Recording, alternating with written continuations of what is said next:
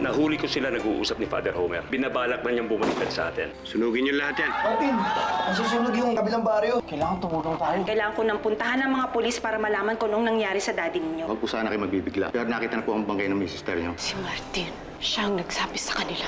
Lailani, wala akong sinabihan tungkol sa papa mo. Sinungaling ka! Wala akong pakialam kung makapangyarihan sila. Magbabayad sila, Papa. Eto na sabihin mo, hindi mo na mababago ang mga nangyari! Ayoko na makita ang pagmumukha mo kahit kailan. Kakapagod pala mamigay ng relief goods. Pero masaya rin kasi kahit papano nakatulong tayo. Proud na proud ako sa inyong dalawa kanina. Ma, Pa, magpapahinga muna ako ha. Pagod ako eh. O sige, Ako gutom na. halika kumuha tayo ng pagkain sa kitchen. Ay nako, nakakapagod. Pero masayang-masaya ako at naging successful yung ating relief operations, hindi ba, Roman? May nakapagsabi sa akin na ilibing na raw si Serafin tsaka si Father Homer. Wala na tayong dapat alalahanin. Lahat balik sa normal.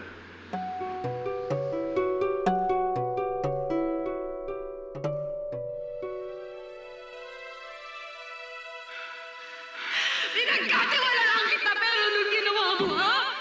Pinagtaksilan mo ako! Hindi! Kahit ano sabihin mo, hindi mo na mababago ang mga nangyari! Utang na loob, Martin. Lumayan mo na ako.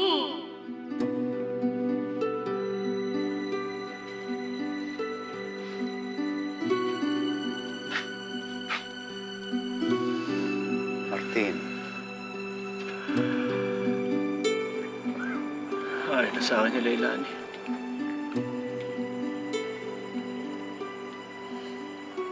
Ayaw na rin niya ako makita.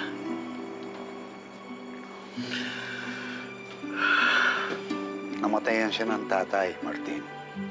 Sa ngayon, baka nabubulagan lamang siya ng kanyang galit. Ako man ay nawalan din ng isang mahal sa buhay. Talagang halos nakakabingi ang sakit. Halos wala kang marinig kundi ang sarili mong galit. Ang sarili mong pagkalungkot. Alam ko, Polo. Alam ko yung hirap at sakit na pinagdadaanan niya ngayon. Kaya gusto ko sana siya alalayan. Pero ayaw naman niya. Ako pa sinisisi niya ngayon. Maniwala kayo, Lo. Wala akong gagawin para ikapahamak ni Leilani o ng tatay niya. Nailibing na at lahat ang papa ko. Hanggang ngayon wala pa rin kayong update sa kaso. Kumikilos ba talaga kayo? 2 tao ang napatay, 1 pare at ang papa ko. Hanggang ngayon wala pa rin kayong resulta? Ma'am, ginagawa naman po namin ang lahat. In-interview na namin ang mga tao sa paligid. Ito nga oo. Nalaman namin iisang baril lang ang ginamit sa kanila. Iisang baril lang ang ginamit dahil iisang tao lang ang pumatay, ang mga Silvestre. Hindi ko kailangan maging investigador para malaman yun. Ma'am, wala po tayong sapat na ebidensya. Bawal ho maghusga basta-basta. Hindi ako nanguhusga. Kayo ang nagbubulag-bulagan. Nagbigay na kami ng statement namin sa inyo. Sinabi na namin na may motibo mga Silvestre na yan. Kinwestiyon nyo na ba sila? May mga sinusubaybayan kaming lead, ma'am. Ang tanong ko, kung kinwestiyon nyo na ba sila? Kaya ang tungkol sa mga Silvestre, tingin niyo ba kaya nilang gawin yan? Sa tatay ni Leilani. Ewan ko, Martin. Hindi ko alam. Minsan kasi yung mayayaman, may mga laro yan na hindi maiintindihan ng mga katulad natin. Pero kung ano man na totoo, ayokong intindihin. Ayokong makialam. Mapanganib. Basta ang tandaan mo, hindi na mababago ang nangyari na.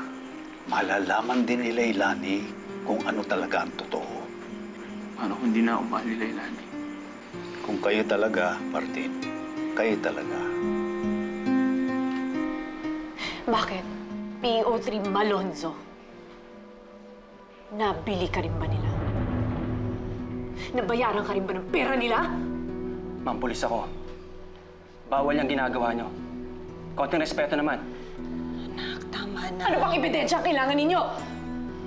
Ha? Sino hinihintay ninyo mamatay? Kami? Hinihintay niyong patayin nila kami para lang kumilos kayo? O baka naman kahit gawin nila yun, magbulag-bulagan pa rin kayo? Anak, tama na. Ilan pa ang hinihintay ninyong mamatay? Ilan pa para lang malaman ninyong masasamang tao ang mga Silvestre yan? Ilan pa? Leilani, tama na. Puntahan niyo na lang kami kapag may lead na kayo sa kamatayan ng asawa ko, ha? Tayo na. Tayo na.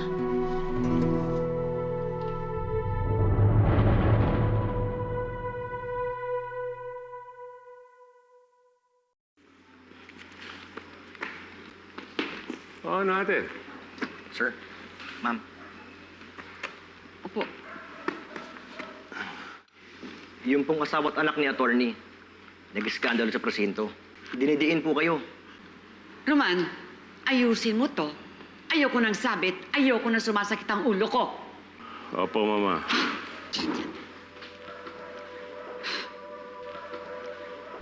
Bullshit. Ano po bang plano nyo? Madali naman pumatay ng peste.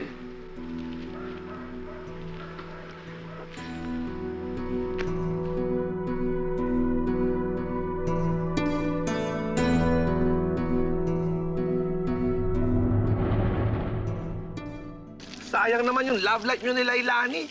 Hindi pa man umuusbong, nalanta na. Walang tiwala sa akin si Leilani. Pinagbibintangan niya ako sa isang bagay na hindi ko ginawa. Kailangan ko bumawi. Anong gagawin mo? Alamin ko kung anong totoo. I-interview mo lahat ng mga tao rito para malaman mo kung sino nagsabi sa mga Silvestre. Abay, good luck na lang sa'yo kung may umamin.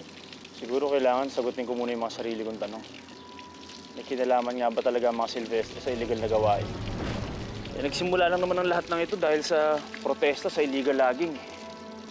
Aalamin ko kung may kinalaman nga ba ang mga Silvestre sa illegal na pagputol ng puno sa bundok.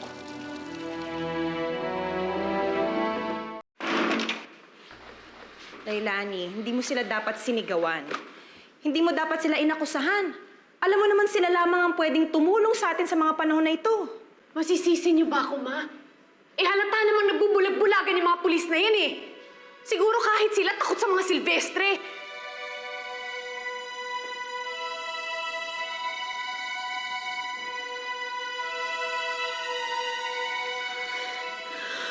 Ma, bakit? Naguguluhan ako. Alam kong galit na galit ako sa mga Silvestre ngayon at gusto ko silang gantihan. Pero papaano? Wala akong magagawa. Alam naman ng lahat na teritoryo nila ang paradiso.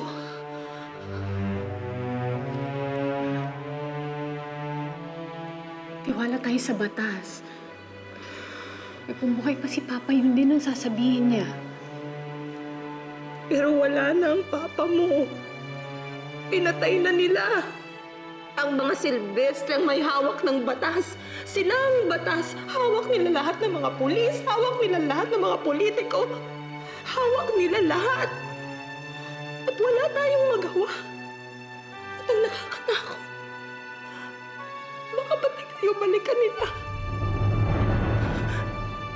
Hindi kayo dapat mag-isip ng ganyan.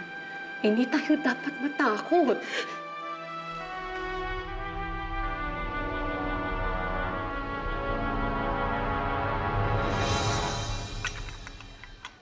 George!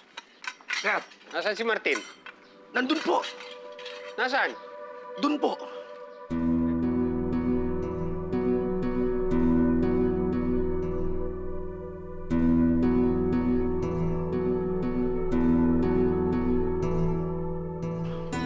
Pinagloloko mo ako, ha? Nasaan si Martin? Nasa bundok po, sir. Anong ginagawa niya sa bundok? Ewan ko po, hindi naman po ako napunta doon si Martin. George, bawal ang mga tauhan ng rancho sa bundok.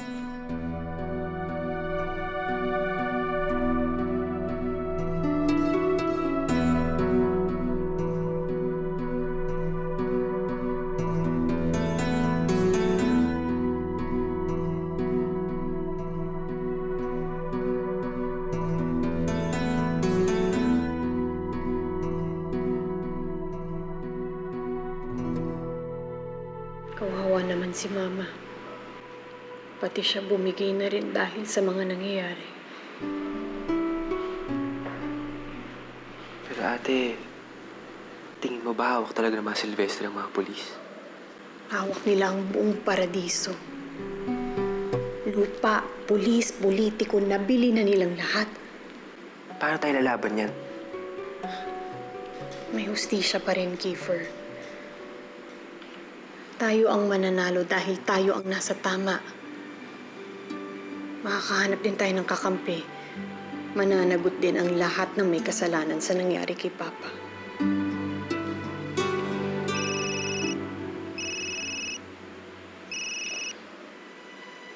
Sandali. Ate, mga polis. Nahanap na rin pumatay kay Papa. Ano dyan? May bonus naman tayo. Naman tayo. Mamaya, alam mo na. Yung pinili ko na yung gabi. Ayun. Alam mo na yun. Gusto ko yun. Akin yun eh. Sige, di sa'yo yun. Sige. Alam mo na. Wala na tayo. Hati na lang tayo sa sige. Sige. Bahala doon. Ayun ta. Oo nga. Basta, mamaya. Ano yun? Parang may tao. Hoy! Tara, habulin natin. Hoy! Parang may tao! Hoy! Stop!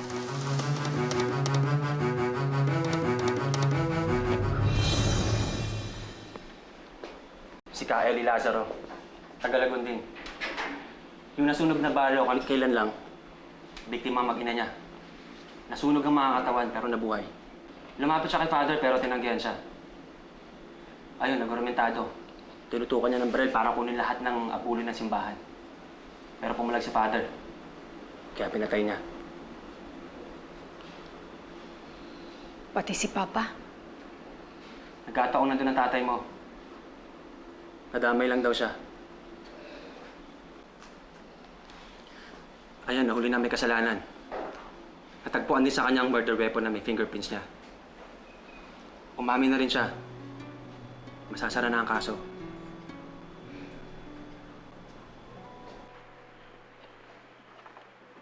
Ma, may bisita ka.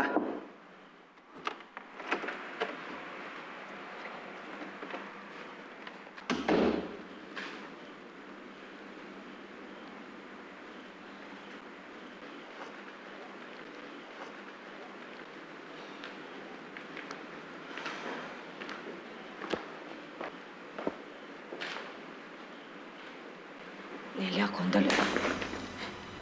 Bakit mo pinatay ang papa ko? Sumagot ka. Bakit mo pinatay ang papa ko? Dahil nandun siya. Bakit kailangan mong pumatay? Bakit? Dahil sa pamilya ko.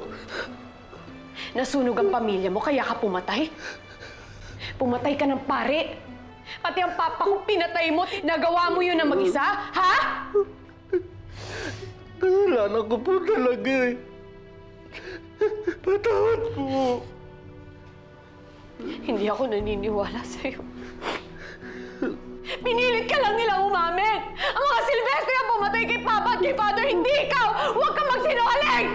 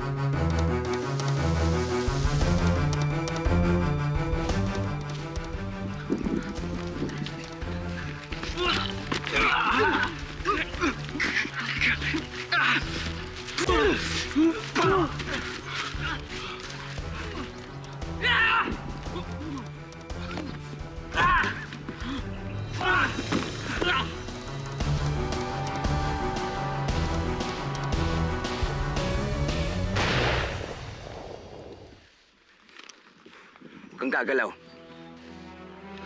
Sino ka? Anong ginagawa mo dito, ha? Ha? Sige, tumahimik ka nang manahimik ka na rin.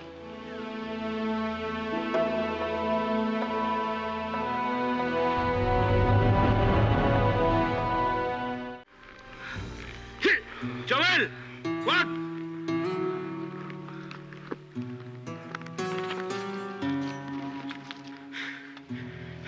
Pare, tao namin siya sa rancho. May hinahanap lang sa kabayang naliligaw. Eh bakit di nagsasalita? Pipi ka ba? Teka, namumukhaan ko to eh. Ikaw yung nanalo sa rodeo, di ba? Eh putik, muntik na kita mapatay, hindi ka pa rin nagsasalita. Alam mo, magaling to eh. Kaya sa susunod, ikaw, kapag kinakausap ka o tinatanong ka, magsalita ka ha, baka yan ikamatay mo. Magaling to eh. Ito bata to. Magaling to. Martin, tayo na. Hanapin natin yung mga kabayo.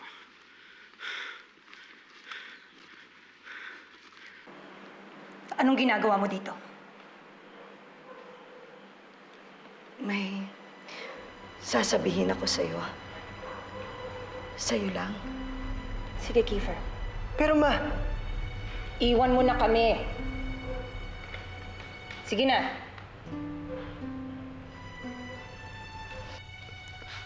Umamin ka. Nagmamakaawa ako sa'yo. Sabihin mo ang totoo. Aminin mo kung sino ang totoong pumatay kay Father at sa Papa ko. Ako talaga ang pumatay. Umamin ka, huwag mo ko tatalikuran.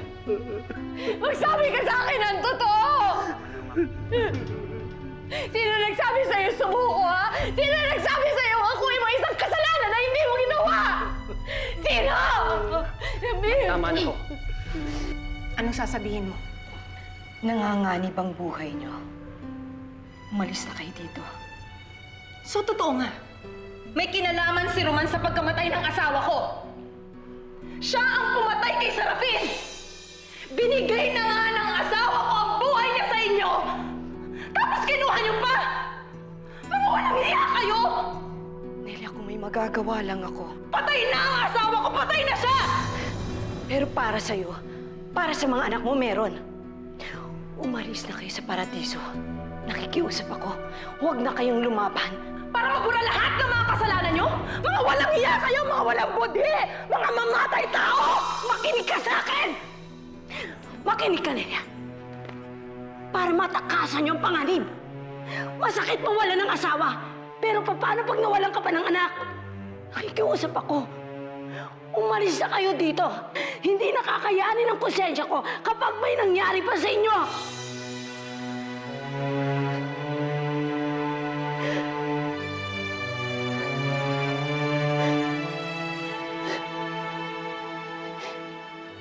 Nelia, nagmamakaawa ako.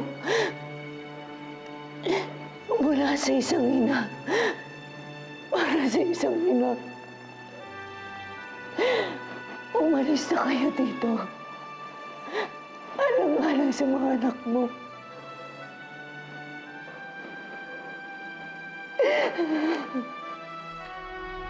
Huwag niyo po kasi pagpilit ang gusto niyo.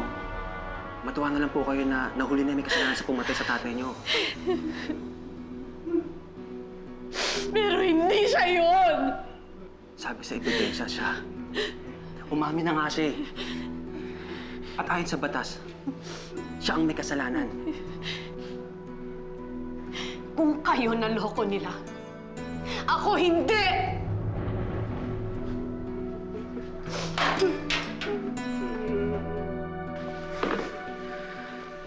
Magaling ka sa hayop. Buti na lang, hindi ka nadali kanina. Yung mga tao po kanina, kilala niyo sila? Oo. Si Joel, taga-bayan. Sila yung illegal loggers. Hindi ko alam. Imposibleng hindi. Nakita ko yung mga gamit nila dun. Dapat sumbong natin sila. Sila ang dahilan kung ba't nagbaha dun sa bayan. Mali ginagawa nila. Hindi pwede. Bakit? Hindi pwede. Dahil ba, kasabot nila mga Silvestre? Hindi ko alam. Ang Bartolome, imposible. Bata, kung gusto mong humaba ang buhay mo, tandaan mo itong sasabihin ko sa'yo. Mas konti ang nalalaman mo, mas hahaba ang buhay mo. Mabuti pa, manahimik ka na lang. At ako, mananahimik din ako sa mga nangyari.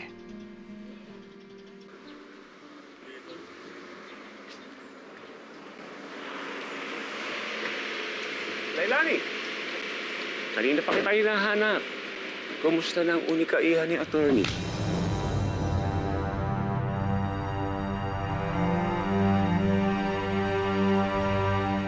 Ang kapal ng mukha ninyo. Akala niyo pa natatakot ako sa inyo. Lailani, alam kong iniisip mo kami may kasalanan sa nangyari sa tatay mo. Pero mali ka. Parang kapatid ko na ang turing ko kay Serafin. Kung si Kane pinatay si Abel, kayo pa. Mag-iingat ang sinasabi mo, Lailani. Wala kami kasalanan. Sa katunayan, tumawag sa amin ng pulis. Nahuli na nila ang may gawa. Galing na ako ng presinto. Nakita ko na ang taong binayaran ninyo para akuin ang isang krimen na hindi naman niya ginawa. Anong binayad niyo sa kanya?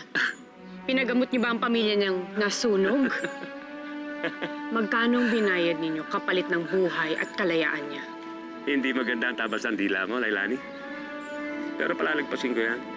Dahil anak ka ni attorney. Alam kong galit ka. Pero wala kaming kasalanan. Matagal ang pagsasama namin ni Serafin. Kaibigan ko siya, magkaibigan kami. Maniwala ka. Hindi na kami nakarating sa libing dahil umiiwas kami sa gulo. Pero ito, kaunting abuloy. Alam ko naman marami rin naiwan sa inyo si Serafin, pero itagdag nyo na rin to. Sige na.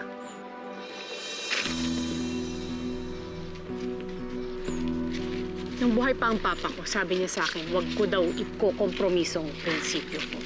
Hindi ko pinabibili ang prinsipyo ko. Kaya maghanap na lang kayo ng ibang taong kayang sikmurahin ang mga kasinungalingan ninyo.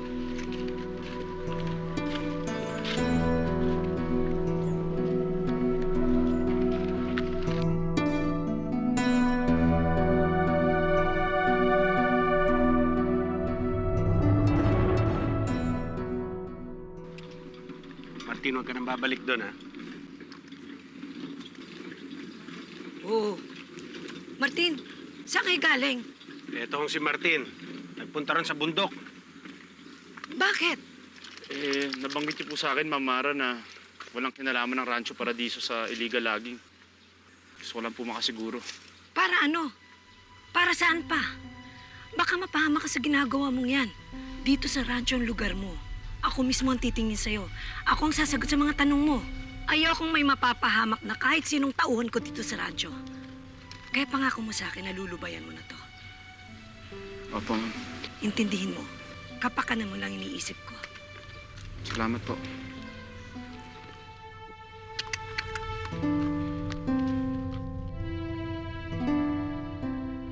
Maaring malakas ka kay Senyorita Mara, pero kay Senyora Soledad pa rin ako nagtatrabaho. At kapag nalaman niya kung anong ginawa mo, sigurado tanggal ka. Tanda mo, Martin. Utang mo sa akin ang buhay mo. At bahalang araw, sisingiling kita.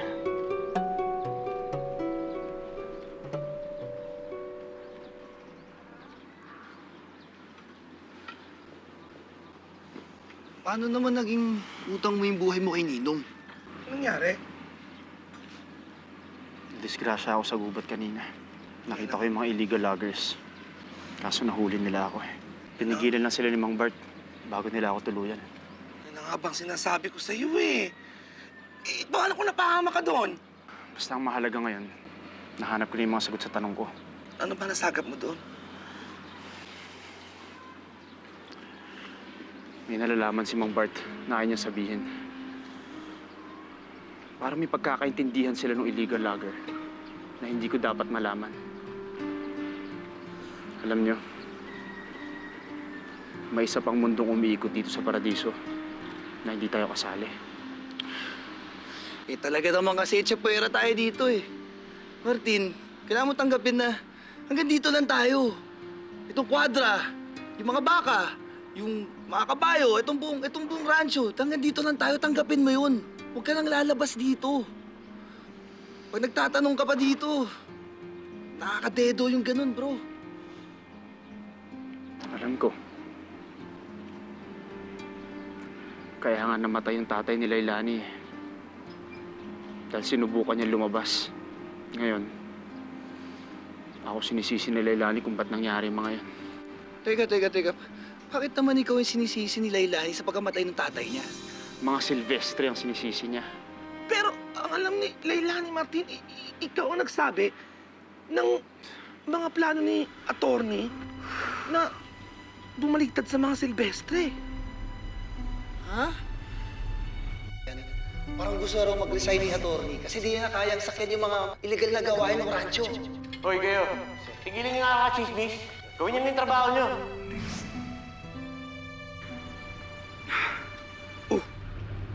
Ano nangyari sa'yo?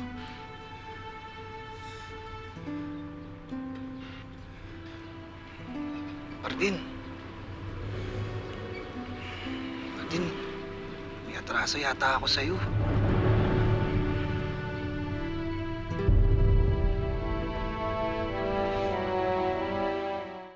Ano to? Pupunta na daw tayong Maynila. Ma? Pinaki ko na yung mga gamit mo. I-check mo na lang kung may naiwanan ka, ha? Bakit tayo aalis? Hindi pa natin sila nagagantihan. Anak, gaganti tayo pero hindi ngayon. Kailan? Anak, hindi ko alam. Ayokong umalis hanggat hindi sila nagbabayad. Anak, hindi tayo makakaganti kung pare-parehas tayong mamamatay. Naiintindihan mo ba? Anak, pinapangako ko sa'yo, gaganti tayo. Maghahanap tayo ng mga kakampi. Babalik tayo rito, pero hindi ngayon. Hindi pa natin kaya. Ayaw ko kayong mamatay. Hindi ko kakayanin.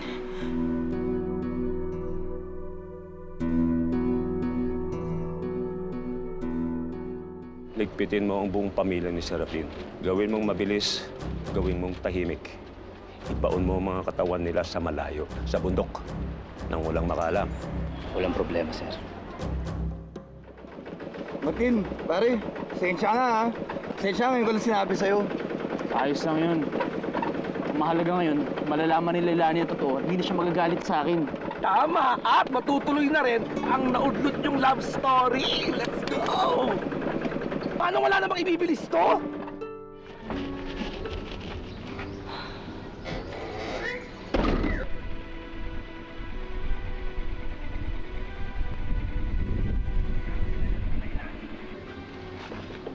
Ate, si Kuya Martin.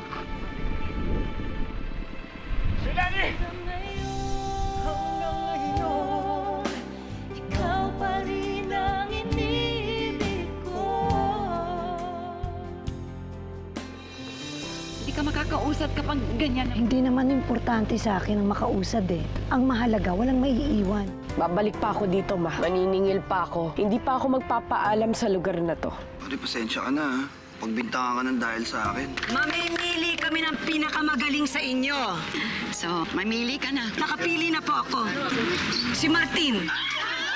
Teka, ma, hindi ako makapayag. Ba't si Martin na naman pipiliin mo? Hindi siya po pwede. Nangyayari sa'yo at nagkakaganyan ka. May gusto na akong makalimutan. Hindi trabaho ang solusyon dyan sa problema mo. Pumunta ka sa baryo, hanap ka ng babae. Laki sa hirap, kung kagaya mo. Sa may kapal, makapig